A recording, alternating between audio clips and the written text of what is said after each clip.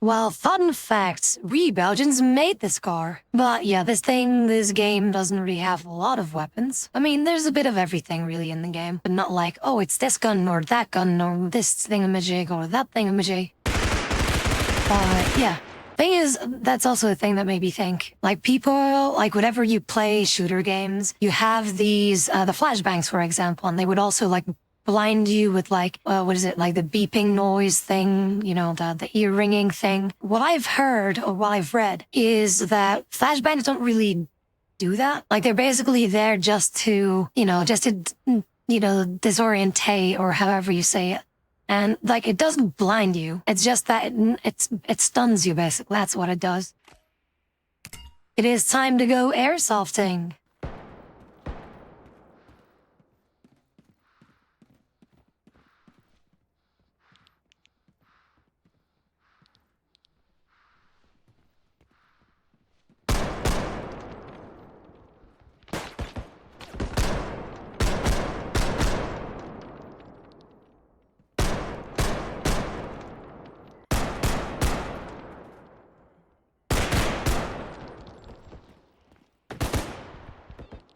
By the way, from the very little amount of time just a couple of years that I learned from CQB Airsoft is that you never want to stay still. Whatever you're basically shooting, just move from one place to the other. You don't want to camp, basically. If you camp, you're basically going to get over. Unless you have like a bottleneck thing. But most airsoft places, at least, or like only, well, 2 CQB places that I went to, they're basically designed so that you cannot camp.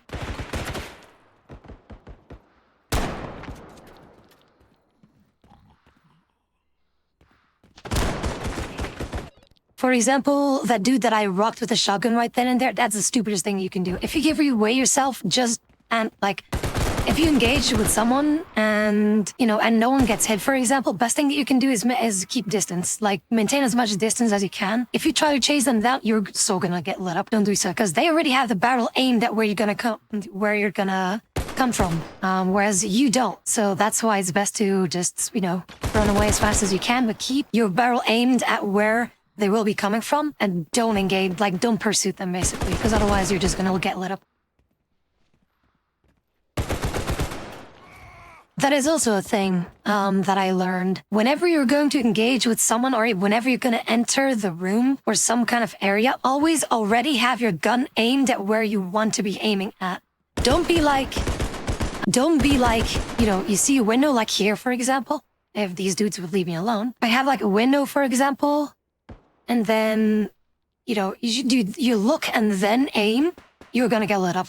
Basically, maintain your distance, aim already, and then look. That's basically what you need to do. All right, so maybe some extra training things. Because again, this is something that my boyfriend back in the day kind of explained to me when back then, how old was I? 17, 18, something like that. I got first introduced to it when I was younger, when I was 14, by a friend of my dad, basically. But then later on, I got more into it. But yeah, basically, those were the things that I learned from the people there, at the airsoft thing. And they were like, oh my God, there's a girl playing airsoft. I know they were losing their shit. Also, basically, the thing that they taught me, and that's why I know these things, because they were very eager to explain me all these things. So that's why I was like, okay, I'll take it. So the things that they taught me is indeed just instead of, if you have a window and if you want to, see if there's someone, in this case, coming down the stairs, basically what you would want to do is instead of, just going here and then peeking, basically, that's the stupidest thing that you can do, because the first thing that's going to get hit is your head. The best thing that you do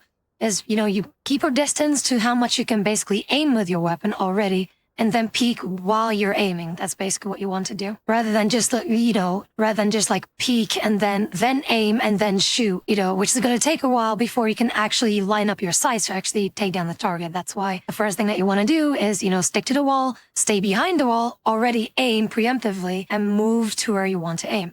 That's basically what you want to do. And again, surprisingly, and that should come as no surprise, the first thing that always gets hit, or not always, but the top, things, or the most frequently hit part of the body that gets hit in CQB is your head. You know why? It's not that people intentionally do so. It's because people always peek. That's what they do. They're just being too scared and just trying to peek, be like, is someone on this side? I'm just gonna look first, and then, That's what they do. That's why they get hit in the head so very much. Another thing that I learned is when you do aim, there's a lot of people that do this and they call it the chicken wing arm aiming. And basically what they do is when they aim down the sides, that they have their arms like very like to the right. You know, when you like aim or like shoulder a gun, for example, there's a lot of people that automatically like kind of have their elbows like stick out. And that's what we call like the chicken wing arm, basically. Like, don't do that. You want to have your arms as close as possible to you, except for, you know, the one that you're aiming with. Yeah, basically what Hank is saying. So you don't want to do that because you're already showing yourself from behind cover. So you want to keep yourself as small as possible, or basically in gamer terms, you want to make your hitbox as small as possible, but also not revealing yourself early. Like if I would be like chicken winging here basically and already aiming like this, they would already know that I'm there, right? But if I would keep my right arm close to me, closer to my chest, they don't know that I'm there. So it's all about, you know, it's all about things. It's all those little things that can make a huge difference in getting spotted early or not. When I was at the Airsoft thing, there were these dudes just swarming me and they were just telling me, or like, telling me, yeah, you want to try this gun and that gun, and they had like some upgrades and this and that and like some kind of crazy stuff and whatever. And to me, it's like, okay, cool, your gun can fire that much, but it only takes one shot for you to go down. So why would I want to buy your gun? Why would I want to use it? It's fine. I appreciate it, but I will stick with my stuff because I know it works. Yeah, so whatever works for you, go for it. But also keep in mind practicality above everything else. It doesn't matter how much damage you do, as long as you can hit your target, that's what you want. And that's in the grand scheme of things, the things that I have learned in the airsofting world. So yeah.